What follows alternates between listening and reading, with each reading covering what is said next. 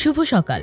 আজ রোববার ২৬ জানুয়ারি ২০২৫ খ্রিস্টাব্দ, ১২ মাঘ ১৪৩১ বঙ্গাব্দ, ২৫ রজব ১৪৪৬ হিজরি। আজ বিশ্ব কুষ্ঠ দিবস। প্রতি বছর জানুয়ারির শেষ রোববার আন্তর্জাতিকভাবে এই দিবসটি পালন করা হয়। কুষ্ঠরোগের বিষয়ে সচেতনতা বৃদ্ধিতে এই দিবস পালন করা হয়। আজ আন্তর্জাতিক কাস্টমস দিবস।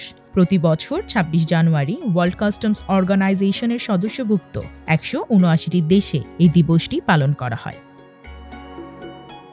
১৯৫২ সালের আজকের এই দিনে ঢাকার পল্টন ময়দানে পাকিস্তানের প্রধানমন্ত্রী খাজা নাজিমুদ্দিন উর্দুকে পাকিস্তানের একমাত্র রাষ্ট্রভাষা হিসেবে ঘোষণা দেন। এই ঘোষণা ভাষা আন্দোলনের সূত্রপাত ঘটায়, আর তা প্রচণ্ড রূপ ধারণ করেছিল ২১শে ফেব্রুয়ারিতে। আজ বিএনপির মহাসচিব মির্জা ফখরুল ইসলাম আলমগীরের জন্মদিন।